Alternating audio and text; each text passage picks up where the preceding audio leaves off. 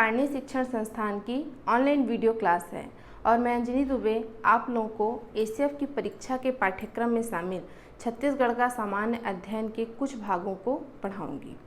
जैसा कि पिछले वीडियो में प्रशांत सर द्वारा आप लोगों को बताया जा चुका है कि विगत 2 वर्षों में 2016 जो एसीएफ का परीक्षा हुआ था और 2017 जो एसीएफ का परीक्षा हुआ था, उसमें छत्तीसगढ़ के सामान्य अध्ययन के विभिन्न भागों से कितने कितने प्रश्न पूछे गए थे। तो जिस पर आज मैं चर्चा करने वाली हूँ वो है छत्तीसगढ़ का इतिहास। इससे लगभग आपको 7 से 8 प्रश्न पूछे गए हैं पिछले 2 वर्षों में। तो हम ऐसा अनुमान लगा सकते हैं कि इस वर्ष भी 7 से 8 प्रश्न पूछे जाएंगे, है ना। तो हम जब किसी भी विषय को पढ़ना प्रारंभ करते हैं तो हम सर्वप्रथम ये देख लेते हैं कि वह है क्या। जैसा कि हम भूगोल पढ़ेंगे तो भूगोल है क्या चीज़, अर्थव्यवस्था पढ़ेंगे तो अर्थव्यवस्था है क्या। वैसे ही मैं आप लोगों को जब छत्तीसगढ़ का इतिहास पढ़ा रही हूँ तो हम देख लेते हैं कि इतिहास है क्या, है ना। तो इतिहास जो है प्राचीनता से नवीनता की ओर मानव जाति से संबंधित जो घटित घटनाएं हैं उनका क्रमिक एवं लिखित वर्णन जो है इतिहास कहलाता है। अब इस इतिहास को जानने के हमारे पास स्रोत क्या क्या हैं, है ना।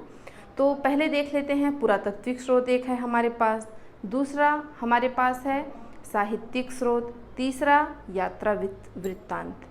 पुरातात्विक स्रोत के अंतर्गत हम किसको लेते हैं, तो पुरातात्विक स्रोत के अंतर्गत अवशेष, सिक्के, शिलालेख, अभिलेख जो प्राप्त होते हैं वे क्या कहलाते हैं, इतिहास जानने के पुरातात्विक स्रोत। दूसरा आते हैं साहित्यिक स्रोत, है ना। तो साहित्यिक स्रोत क्या कहलाता है, जैसे आपके धर्म ग्रंथ हैं, वेद है, पुराण हैं, उपनिषद हैं आदि। उसके पश्चात आते हैं हम यात्रा वृत्तांत। यात्रा वृत्तांत में क्या होता है, जैसे समय समय पर कई विदेशी यात्री इस देश का भ्रमण या किसी अन्य देश का भी भ्रमण करते हैं और भ्रमण के पश्चात वो अपना एक यात्रा वृत्तांत लिखते हैं, है ना। तो उसके आधार पर भी हम उस समय का इतिहास जानते हैं। तो हमारे पास 3 स्रोत हो गए हैं इतिहास जानने के, पुरातात्विक स्रोत, साहित्यिक स्रोत एवं यात्रा वृत्तांत। ठीक है, तो अब हम देखते हैं कि लिपि के विकास के आधार पर हम संपूर्ण इतिहास को 3 भागों में बांटते हैं।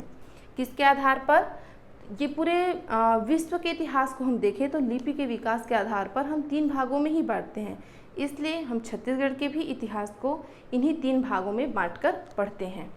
तो पहला है हमारे पास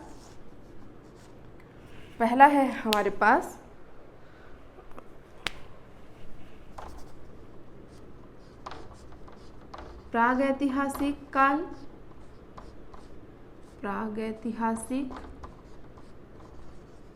ठीक है। दूसरा है आद्य ऐतिहासिक,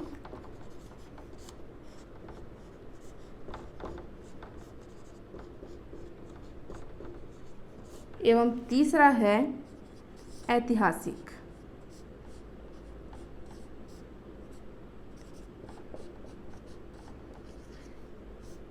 लिपि के विकास के आधार पर हम संपूर्ण इतिहास को 3 भागों में बांटकर देखते हैं। किसमें, पहला देखते हैं प्रागैतिहासिक काल, दूसरा देखते हैं आद्य ऐतिहासिक काल और तीसरा देखते हैं ऐतिहासिक काल। अब ये प्रागैतिहासिक काल मतलब प्रागैतिहासिक काल क्या है, आद्य ऐतिहासिक क्या है और ऐतिहासिक काल क्या है। तो एक छोटा सा हम इसको समझ लेते हैं यहाँ पर। पहले प्रागैतिहासिक काल हम उस काल को कहते हैं जिस समय हमें कोई लिखित साक्ष्य प्राप्त नहीं है, वो प्रागैतिहासिक काल कहलाता है। दूसरा है हमारे पास आद्य ऐतिहासिक काल। आद्य ऐतिहासिक काल का लिखित साक्ष्य तो प्राप्त है परंतु हम उसको पढ़ने में सक्षम नहीं है, जैसा कि सिंधु घाटी की सभ्यता। तीसरा है आद्य ऐतिहासिक काल। आद्य ऐतिहासिक काल के लिखित साक्ष्य भी हैं और हम उसको पढ़ने में सक्षम भी हैं। इसके पश्चात प्रागैतिहासिक काल को हम पुनः 4 भागों में बांटते हैं। छत्तीसगढ़ के इतिहास में प्रागैतिहासिक काल को हम पुनः 4 भागों में बांटते हैं। पहला है पूरा पाषाण काल, दूसरा है मध्य पाषाण काल,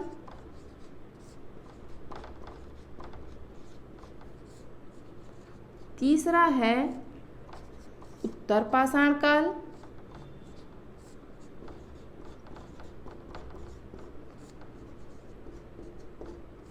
एवं चौथा है नवपाषाण काल।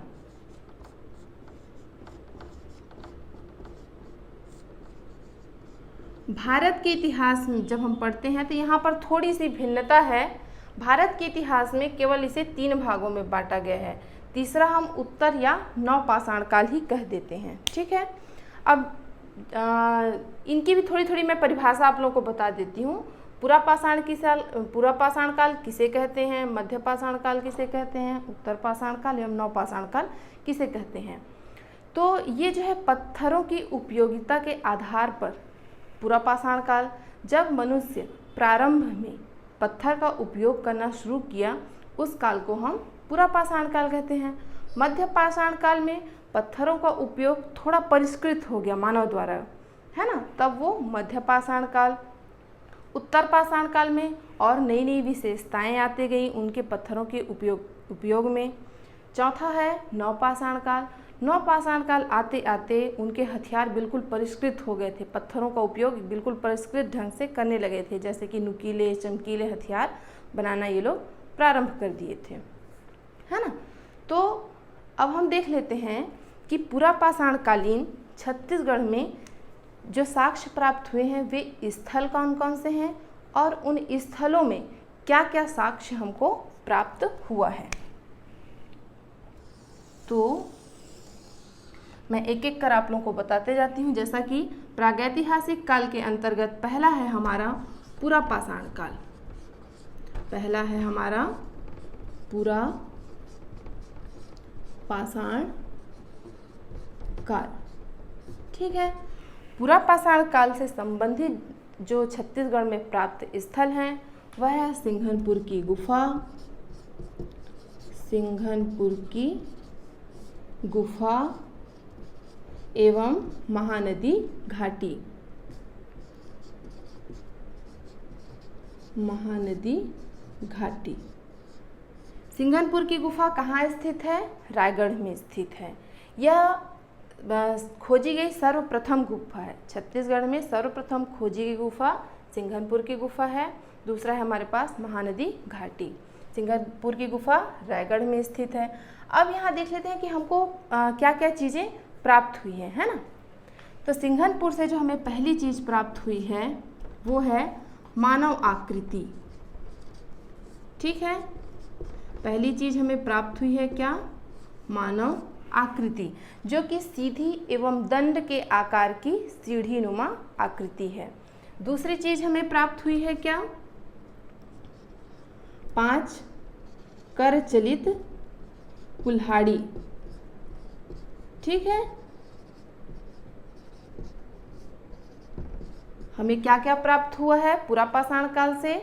तो सबसे पहले मानव की आकृति सीधी एवं दंड के आकार एवं सीढ़ीनुमा आकार की। दूसरी 5 कर संचालित कुल्हाड़ी हमें प्राप्त हुई है। दूसरा देखते हैं मध्य पाषाण काल। दूसरा है मध्य पाषाण काल। तो मध्य पाषाण काल से संबंधित जो छत्तीसगढ़ में स्थल है वो कौन सा है? कबरा का पहाड़। ठीक है, मध्य पाषाण काल से संबंधित स्थल कौन सा है? कबरा पहाड़। यह भी कहाँ स्थित है? रायगढ़ में। सिंघनपुर की गुफा भी कहाँ स्थित थी? रायगढ़ में। कबरा का पहाड़ भी कहाँ स्थित है? रायगढ़ में। अब यहाँ से हमें क्या क्या चीज़ प्राप्त हुई है तो देख लेते हैं। यहाँ से छिपकली, सांभर, घड़ियाल,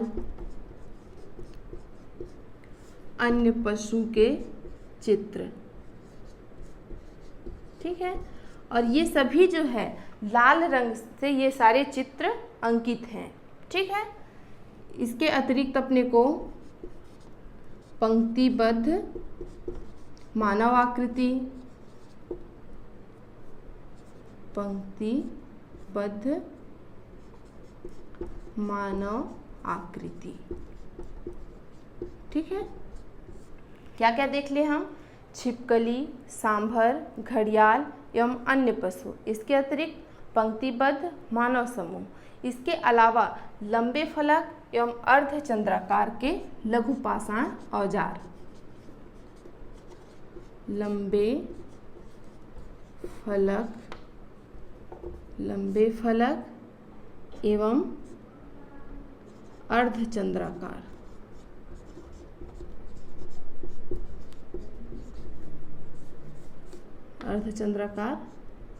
लघु पाषाण।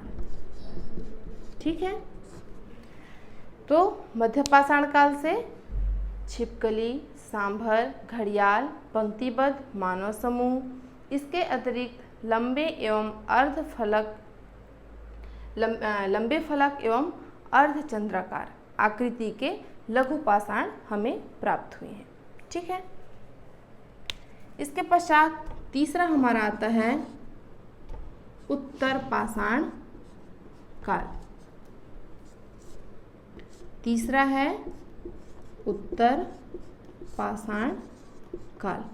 उत्तर पाषाण काल से संबंधित छत्तीसगढ़ के कौन कौन से स्थल हैं? तो धनपुर, जो कि बिलासपुर में है, दूसरा है महानदी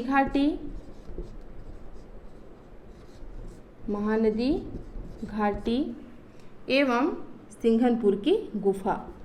सिंघनपुर की गुफा में पूरा पाषाणकालीन भी साक्ष्य प्राप्त हुए हैं और पूरा सिंघनपुर की गुफा में उत्तर पाषाणकालीन भी साक्ष्य हमें प्राप्त हुए हैं।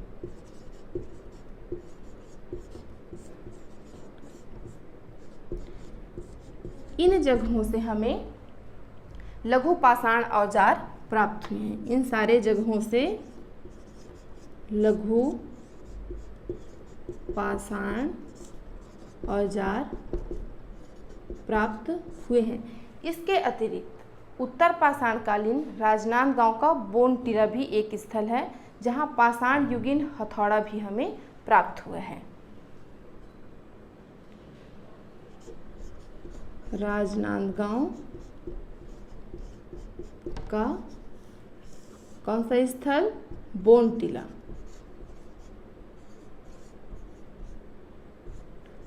राजनांदगांव का बोन टीला जहाँ से पाषाण युगीन औजार उत्तर पाषाण युगीन औजार प्राप्त हुए हैं। ठीक है,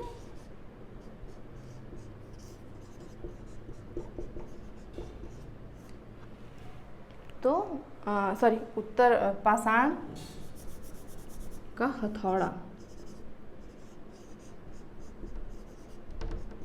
ठीक है, उत्तर पाषाण काल में क्या क्या हम देख लिए? धनपुर, महानदी घाटी, सिंघनपुर की गुफा, राजनांदगांव का बोन टीला है जहाँ से हमें पाषाण युगीन हथौड़ा प्राप्त हुआ है। ठीक है, इसके बाद हम देखते हैं चौथा है हमारे पास नवपाषाण काल। चौथा काल कौन सा है? नव पाषाण काल। ठीक है, पहला देख लिए पूरा पाषाण काल, दूसरा मध्य पाषाण काल, तीसरा उत्तर पाषाण काल, चौथा है नवपाषाण काल।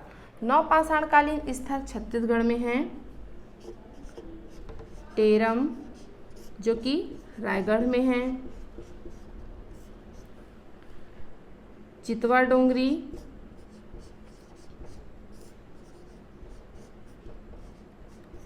जो कि राजनांदगांव में है, एवं अर्जुनी, जो कि कहाँ स्थित है? दुर्ग में। ये नवपाषाणकालीन स्थल हैं छत्तीसगढ़ में। एक बार मैं आप लोगों को पुनः रिवीजन करा दे रही हूँ, ठीक है। पहला है हमारे पास प्रागैतिहासिक काल। प्रागैतिहासिक काल को हम 4 भागों में बांट दिए हैं: पुरापाषाण काल, मध्य पाषाण काल, उत्तर पाषाण काल एवं नवपाषाण काल। पुरापाषाण काल युगीन छत्तीसगढ़ में स्थल कौन कौन से हमें प्राप्त हुए हैं? तो है सिंघनपुर की गुफा एवं महानदी घाटी। यहाँ से क्या क्या चीज़ें प्राप्त हुई है? तो मानव की सीधी एवं दंड के आकार की सीढ़ीनुमा आकृति प्राप्त हुई है। 5 हमें कर संचालित कुल्हाड़ी प्राप्त हुई है, ठीक है। इसके पश्चात आता है मध्य पाषाण काल। मध्य पाषाण काल युगीन हमारे पास कौन से स्थल छत्तीसगढ़ में प्राप्त हुए हैं? तो वह है कबरा का पहाड़। कबरा के पहाड़ से क्या क्या प्राप्त हुआ है? तो छिपकली, सांभर, घड़ियाल आदि के चित्र लाल रंग से अंकित किए गए, इनको हम शैल चित्र कहते हैं, ठीक है। इन चित्रों को एक शब्द में यदि हम कहें तो इन्हें हम शैल चित्र कहते हैं। इसके अतिरिक्त मध्य पाषाणकालीन कबरा के पहाड़ से पंक्तिबद्ध मानव के समूह प्राप्त हुए हैं। कबरा के ही पहाड़ में अर्धचंद्राकार एवं लंबे फलक वाले लघु पाषाण भी प्राप्त हुए हैं। उसके पश्चात तीसरा हमारे पास है उत्तर पाषाण काल। उत्तर पाषाण काल युग से संबंधित जो छत्तीसगढ़ में स्थल है वह है बिलासपुर का धनपुर, महानदी घाटी एवं सिंघनपुर की गुफा। इन सारे जगहों से लघुकृत पाषाण औजार प्राप्त हुए हैं। इसके पश्चात आते हैं उत्तर पाषाण काल में एक जगह और छूट रहा था, वो है राजनांदगांव का बोन टीला। वहाँ से क्या प्राप्त हुआ है? पाषाण युगीन हथौड़ा प्राप्त हुआ है। उसके बाद आते हैं नवपाषाण काल में। नवपाषाण काल में दुर्ग का अर्जुनी, राजनांदगांव का चितवा डोंगरी एवं रायगढ़ का टेरम जो है नवपाषाणकालीन यहाँ जो है साक्ष्य प्राप्त हुए हैं, ठीक है। ये हो गया प्रागैतिहासिक काल। प्रागैतिहासिक काल के पश्चात जो है हम आते हैं आद्य ऐतिहासिक काल में। यद्यपि आद्य ऐतिहासिक काल के साक्ष्य छत्तीसगढ़ में प्राप्त नहीं हुए हैं, परंतु आद्य ऐतिहासिक काल में ताम्र युग एवं लौह युग आता है। तो लौह युग में एक परंपरा का प्रचलन था, ठीक है, जिसे लौह युग में एक परंपरा प्रचलित थी। जब व्यक्ति की मृत्यु हो जाती थी तो शव को गड़ाने के पश्चात वहाँ पर बड़े बड़े शिलाखंडों को रख दिया जाता था। तो वैसे ही शिलाखंड के अवशेष पाषाण घेरे छत्तीसगढ़ में भी प्राप्त हुए हैं। तो हम उनका संबंध जो है कह सकते हैं कि ये लौह युगीन होंगे, ठीक है। तो उन महापाषाण घेरों को और क्या कहा जाता था? महापाषाण स्मारक या महापाषाण पट्टतुंब या डॉलमेन, ठीक है। दूसरा है आद्य ऐतिहासिक काल। आद्य ऐतिहासिक काल। आद्य ऐतिहासिक काल के साक्ष्य यद्यपि यहाँ से प्राप्त नहीं हुए हैं, परंतु हम जो परंपरा लौह युग में प्रचलित थी वैसी ही पाषाण के घेरे जो है हमें छत्तीसगढ़ से भी प्राप्त हुए हैं। तो वो कहाँ कहाँ से प्राप्त हुए हैं? तो दुर्ग के करहीभदर, ठीक है, चिरचारी एवं सोरर, ठीक है। यहाँ से क्या प्राप्त हुए हैं? करहीभदर, चिरचारी एवं सोरर से पाषाण घेरों के अवशेष प्राप्त हुए हैं। इसके अतिरिक्त करका भाठा, वो भी कहाँ है? दुर्ग में है। लोहे के औजार एवं मृद भांड भी प्राप्त हुए हैं। दुर्ग के ही करका भाठा से लोहे का औजार एवं मृद भांड जो है प्राप्त हुआ है। यही धनोरा नामक एक स्थल है जहाँ से 500 महापाषाण घेरे महापाषाण घेरे प्राप्त हुए हैं। ठीक है, तो आद्य ऐतिहासिक काल से संबंधित स्थल छत्तीसगढ़ में कौन कौन से हैं? तो दुर्ग का करही-भदर, चिरचारी और सोरर। करका-भाठा से पाषाण घेरों के अवशेष के अतिरिक्त लोहे का औजार एवं मृद भांड भी प्राप्त हुआ है। इसके अतिरिक्त धनोरा नामक स्थल से 500 महापाषाण घेरे प्राप्त हुए हैं। छत्तीसगढ़ में ताम्रयुगीन से संबंधित कोई स्थल यद्यपि नहीं है, परंतु छत्तीसगढ़ से ही लगा हुआ एक जगह है बालाघाट जिला। बालाघाट जिला, वहाँ गुगरिया, ठीक है, कौन सा स्थल है? गुगरिया।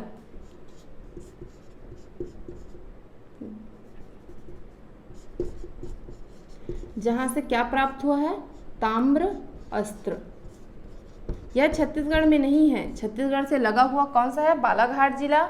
वहाँ एक स्थल है कौन सा? गुगरिया। वहाँ से क्या प्राप्त हुआ है? तो ताम्र अस्त्र। मैं एक बार फिर से आप लोगों को जल्दी से रिवाइज करा दे रही हूँ। हम देखते हैं छत्तीसगढ़ के इतिहास को 3 भागों में बांटे, प्राग ऐतिहासिक काल, आद्य ऐतिहासिक काल, ऐतिहासिक काल। आद्य ऐतिहासिक काल को हम पुनः 4 भागों में बांटते हैं, पुरापाषाण काल, मध्यपाषाण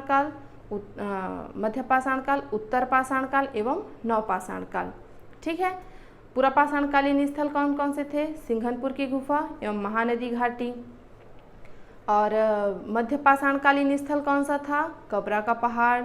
उत्तर पाषाणकालीन स्थल कौन कौन से थे? धनपुर बिलासपुर में जो स्थित है, महानदी घाटी, सिंघनपुर की गुफा एवं राजनांदगांव का बोन टीला। ठीक है, इसके बाद नवपाषाण काल। नवपाषाणकालीन स्थल कौन कौन से थे हमारे? दुर्ग का अर्जुनी, राजनांदगांव का चितवा डोंगरी, रायगढ़ का टेरम। ये मैं सिर्फ आप लोगों को स्थल एक बार रिवाइज करा दी हूँ। इसके पश्चात आता है आद्य ऐतिहासिक काल। आद्य ऐतिहासिक कालीन स्थल छत्तीसगढ़ में कौन कौन से थे? तो दुर्ग का करही-भदर, चिरचारी, सोरर, करका-भाठा एवं धनोरा। ठीक है, ये हमारा प्राग ऐतिहासिक काल एवं आद्य ऐतिहासिक काल समाप्त होता है। इसके पश्चात हम पढ़ेंगे ऐतिहासिक काल। ऐतिहासिक काल अब लंबा है, उसे मैं अगले वीडियो में आप लोगों को पढ़ाऊंगी, लेकिन उससे पहले एक बार हम देख लेते हैं कि प्रागैतिहासिक काल और आद्य ऐतिहासिक काल से किस प्रकार से प्रश्न विगत वर्षों में पूछे गए हैं और किस तरह से नए प्रश्न उठ सकते हैं। ठीक है, तो प्रागैतिहासिक काल से और आद्य ऐतिहासिक काल से देखें तो प्रश्न उठने का जो तरीका हो सकता है वो ये है कि पुरापाषाणकालीन स्थल कौन से हैं। ठीक है, आपको 4 ऑप्शन दे देगा, कबरा पहाड़, सिंघनपुर की गुफा और जो बोतलदा की गुफा जो रायगढ़ में और 3-4 हैं, या और कहीं की भी गुफाओं का नाम दे सकता है। इसके अतिरिक्त दे सकता है कि सिंघनपुर की गुफा किस काल से संबंधित है? पुरापाषाण काल से, मध्यपाषाण काल से, उत्तर पाषाण काल से या नवपाषाण काल से। इसके अतिरिक्त क्या पूछा जा सकता है और कि जैसे कबरा की पहाड़ से निम्नलिखित में से क्या क्या चीज़ें प्राप्त हुई हैं या साक्ष्य प्राप्त हुए हैं? छिपकली, सांभर, घड़ियाल, हाथी। तो क्या चीज़ प्राप्त इनमें से निम्नलिखित में से कौन जो है कबरा के पहाड़ से प्राप्त नहीं हुआ है? इस प्रकार से लगभग प्रश्न आप लोगों को यहाँ से पूछे जा सकते हैं। यद्यपि इस भाग से ज़्यादा प्रश्न देखें उठाकर हम पिछले प्रश्न पत्रों को तो नहीं पूछा गया है, परंतु हमें एक इतिहास प्रारंभ किए हैं तो पढ़ना तो सभी को पड़ेगा, और एक भी प्रश्न यदि पूछता है तो वो भी हमसे छूटना नहीं चाहिए। तो आप लोगों को अब मैं कल ऐतिहासिक काल को पढ़ाऊंगी। आज का वीडियो हम यहीं समाप्त करते हैं। धन्यवाद।